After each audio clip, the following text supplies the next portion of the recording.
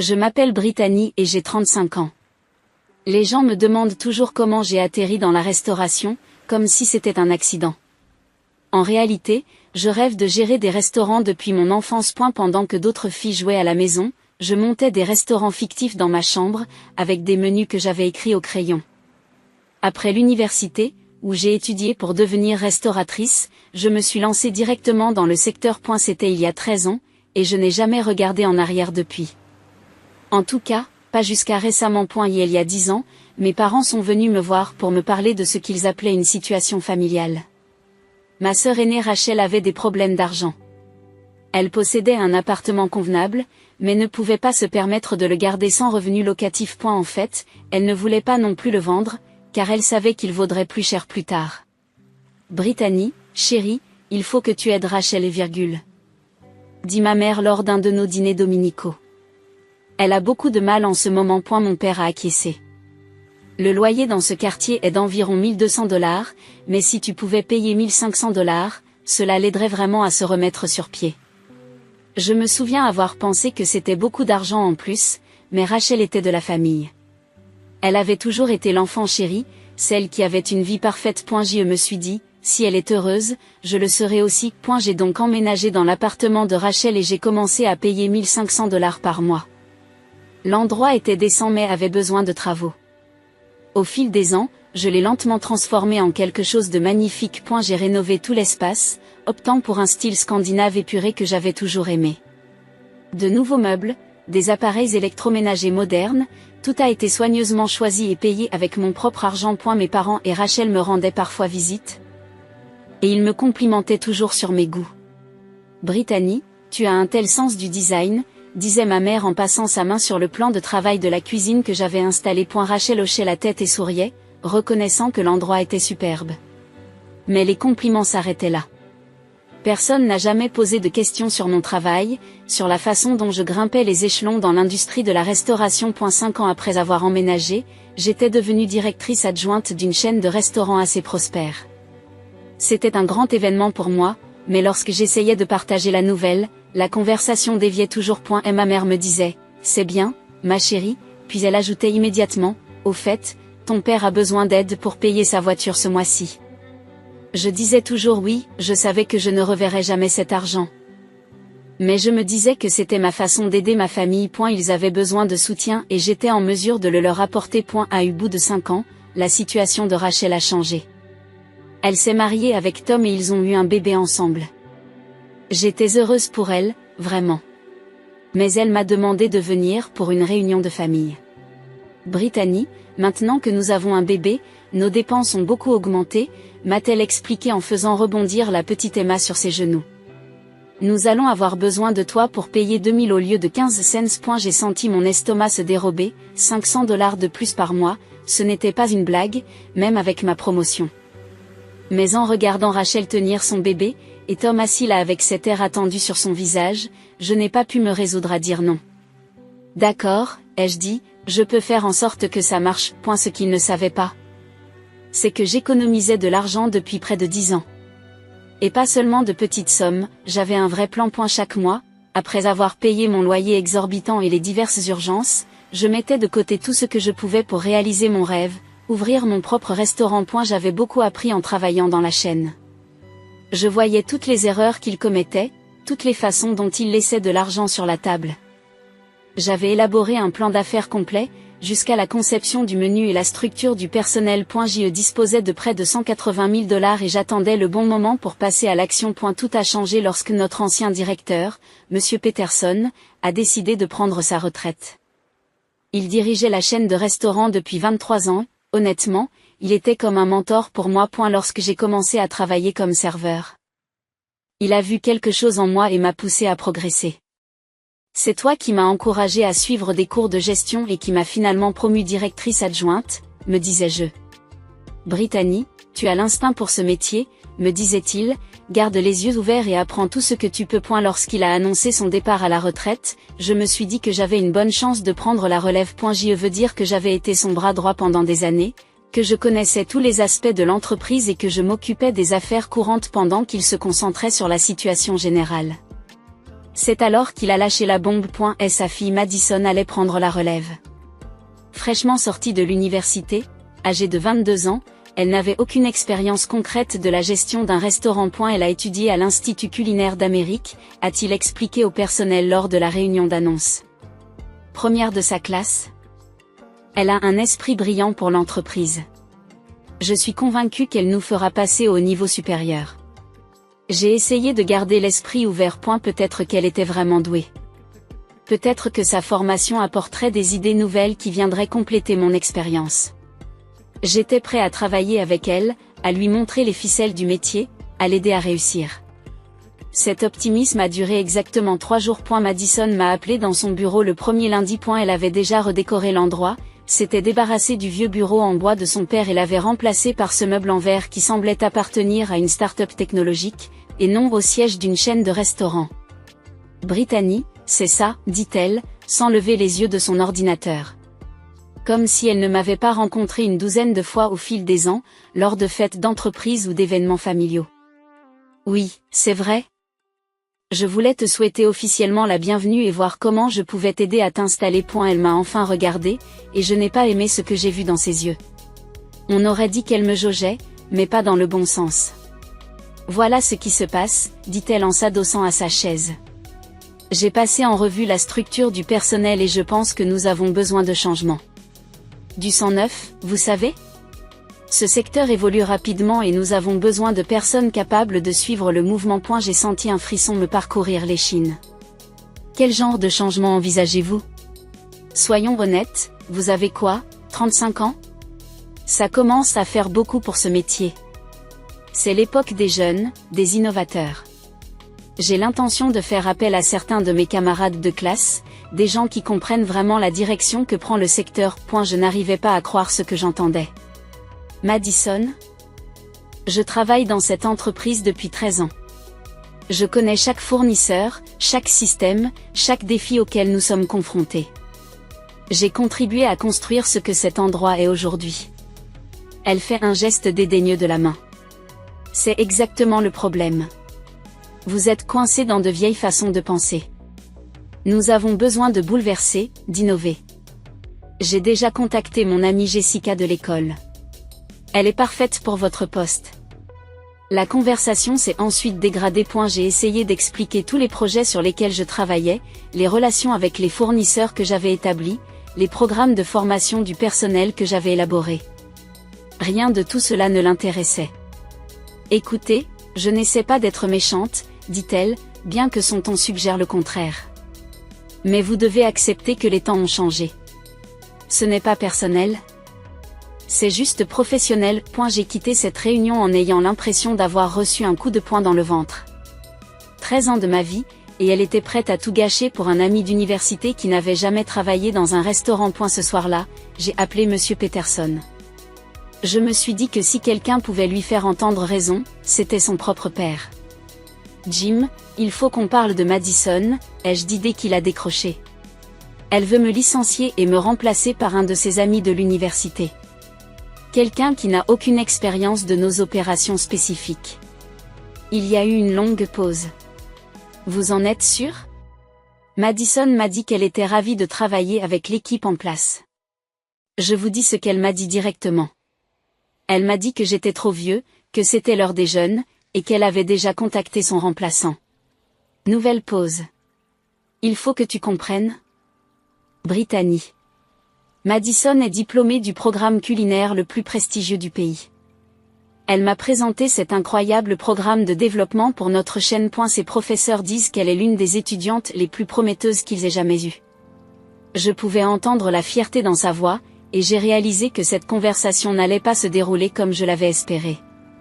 Jim, les études, c'est bien, mais elle n'a aucune expérience pratique de la gestion d'une entreprise comme la nôtre. Elle ne comprend pas notre clientèle, nos chaînes d'approvisionnement, la dynamique de notre personnel. Je suis sûre qu'elle apprendra rapidement. Et peut-être qu'un regard neuf est exactement ce dont nous avons besoin. Donc vous êtes d'accord pour qu'elle me vire ? Attendez, je n'ai pas dit ça. Laissez-moi lui parler. Je suis sûre que ce n'est qu'un malentendu. Elle veut probablement restructurer les choses. Pas nécessairement se débarrasser de personnes expérimentées comme vous. J'ai raccroché en me sentant un peu mieux, mais ce sentiment n'a pas duré longtemps. 2 jours plus tard, Madison m'a rappelé dans son bureau. J'ai parlé à mon père de notre conversation, m'a-t-elle dit, sans même faire semblant d'être amicale cette fois. Il pense que j'ai peut-être été un peu rapide dans mon évaluation. Oh, bien, je suis contente qu'on puisse arranger ça. Ne vous réjouissez pas trop vite, je vous donne 2 semaines pour terminer vos projets en cours et transférer vos responsabilités. Ensuite, vous pourrez commencer à chercher un nouvel emploi. 2 semaines ? Madison, c'est loin d'être suffisant pour transférer correctement 13 ans de relations et de connaissances. Il faudra que Jessica commence dans 3 semaines, et je veux qu'elle fasse table rase du passé. Je l'ai regardée pendant un moment, réalisant qu'il ne servait à rien de discuter. Elle avait déjà pris sa décision ? Probablement avant même d'entrer dans ce bâtiment. Très bien, ai-je dit, je ferai de mon mieux pour tout documenter dans 2 semaines. En sortant de son bureau, j'ai ressenti un étrange mélange d'émotions. Une partie de moi était dévastée. Ce travail avait été ma vie pendant 13 années. Je m'y étais investi à fond, j'avais appris tout ce que je pouvais, j'avais noué des relations avec des gens de toute l'industrie. Mais une autre partie de moi a ressenti quelque chose d'inattendu, du soulagement. Pour la première fois depuis des années, j'allais être libre de poursuivre mes propres rêves au lieu de construire l'empire de quelqu'un d'autre. C'était peut-être exactement le coup de pouce dont j'avais besoin. 2 semaines plus tard, j'ai quitté cet immeuble de bureau pour la dernière fois en tant qu'employé. Madison avait rendu la transition aussi difficile que possible. Remettant en question chaque procédure que j'essayais de documenter et rejetant la plupart de mes recommandations. J'ai observé son amie Jessica Walton comme si elle possédait l'endroit, acquiesçant au grand projet de Madison alors qu'elle n'avait manifestement aucune idée de ce que tout cela signifiait dans la pratique. Pendant les 3 jours qui ont suivi, je suis restée à la maison. J'ai commandé des plats à emporter, j'ai regardé Netflix en boucle et je me suis laissé aller à digérer ce qui s'était passé. 13 ans de ma carrière avaient disparu parce qu'une gamine gâtée voulait jouer au magnate de la restauration avec ses copains de fac. Mais vous savez quoi ? Ces 3 jours à ne rien faire m'ont fait un bien fou. Je ne me souvenais pas de la dernière fois où je m'étais détendue sans me soucier des rapports d'inventaire ou des horaires du personnel. Le 4e jour, j'ai décidé qu'il était temps d'en parler à ma famille. Le dîner du samedi chez mes parents était une tradition.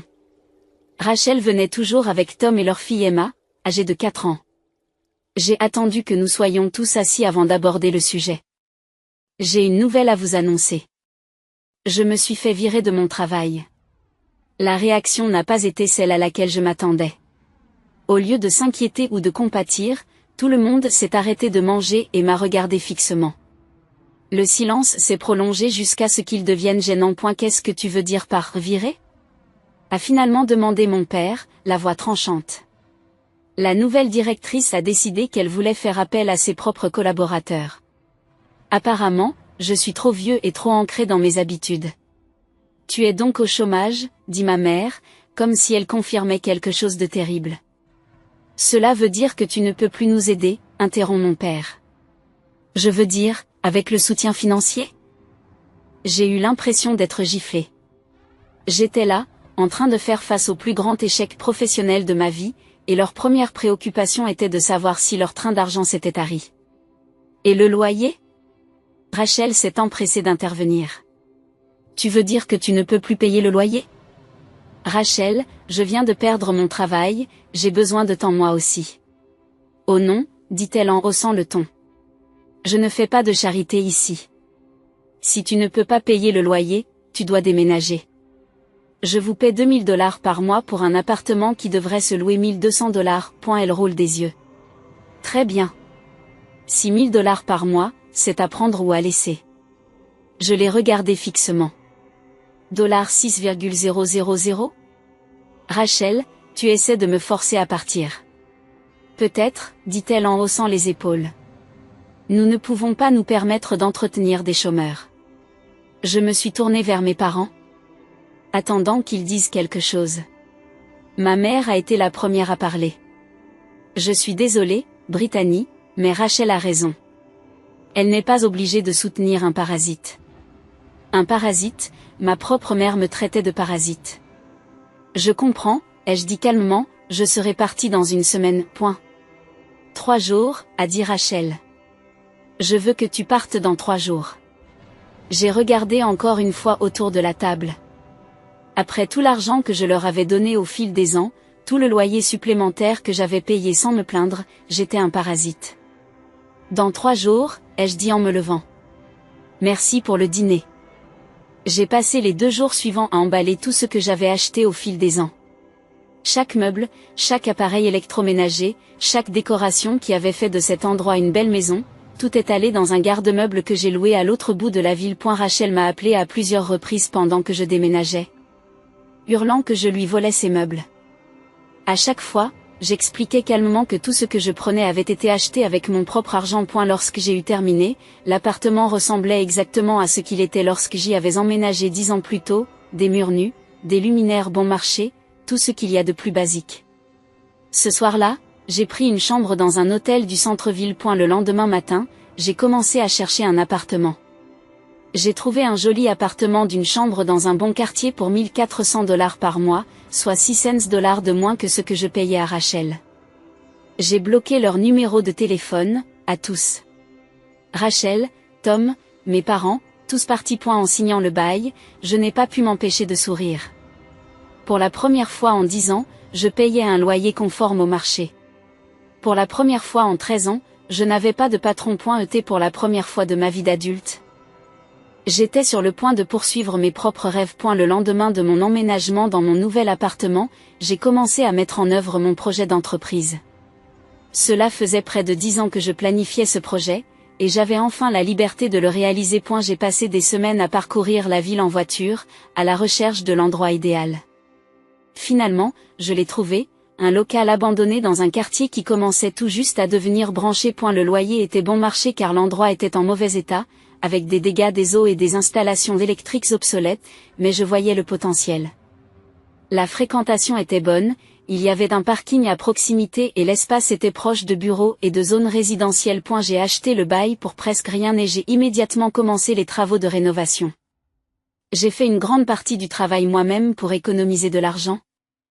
Mais j'ai engagé des professionnels pour l'électricité et la plomberie. Pendant les travaux, je me suis occupé de tous les autres aspects de la création d'une entreprise. L'obtention des permis et des licences a été un cauchemar de paperasserie et d'inspection, mais je connaissais le système grâce à mes années d'expérience dans le secteur. J'ai embauché une petite équipe, un cuisinier, 2 serveurs et un livreur.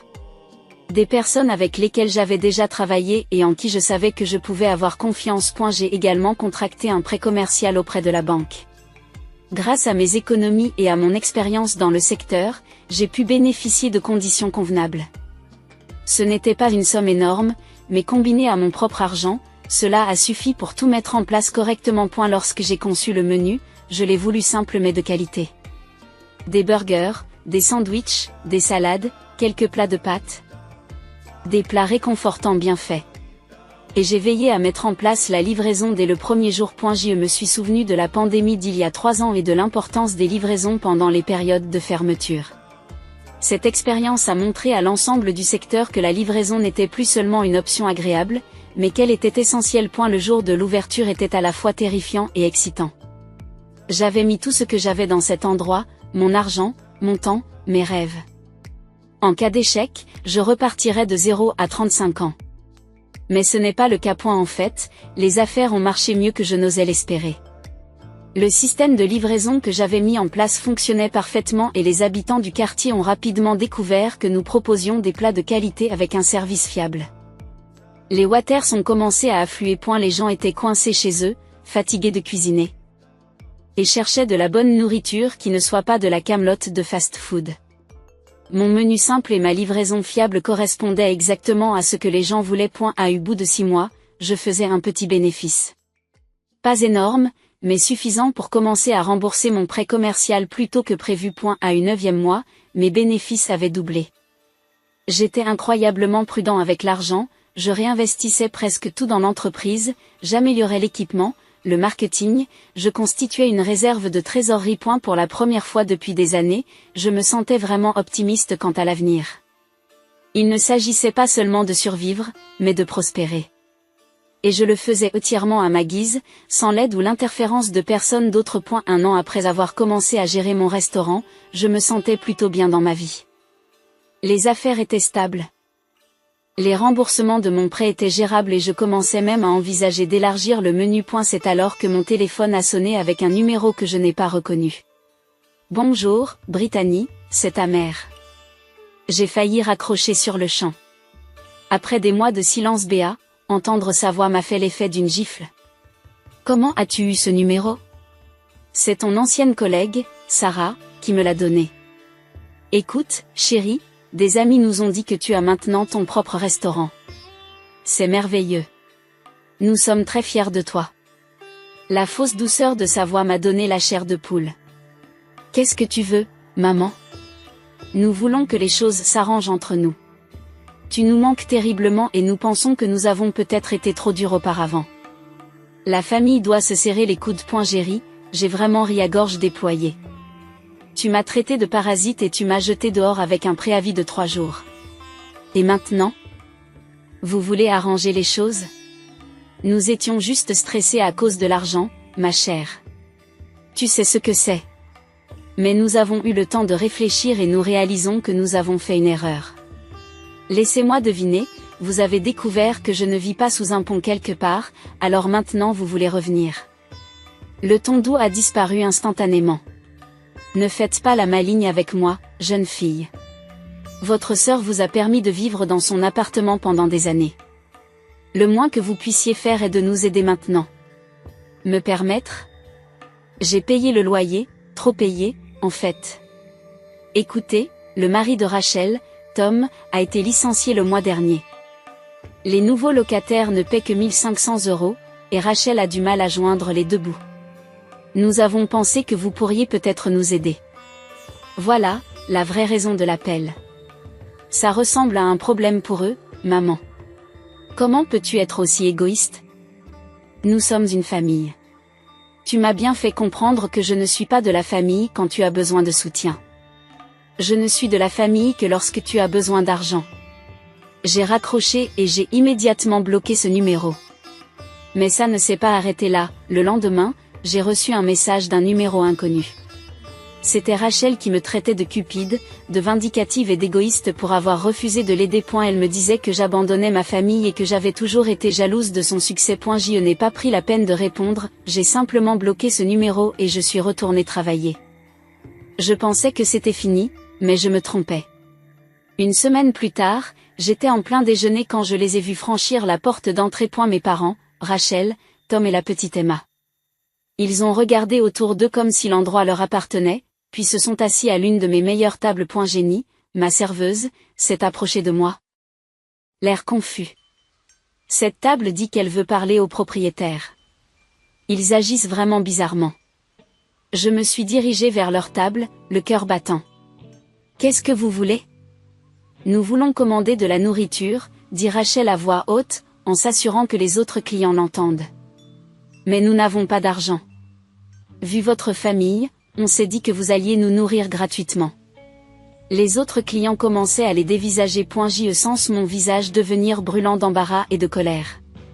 C'est un commerce, pas une œuvre de charité. Si vous ne pouvez pas payer, vous devez partir. Nous sommes une famille, a déclaré ma mère.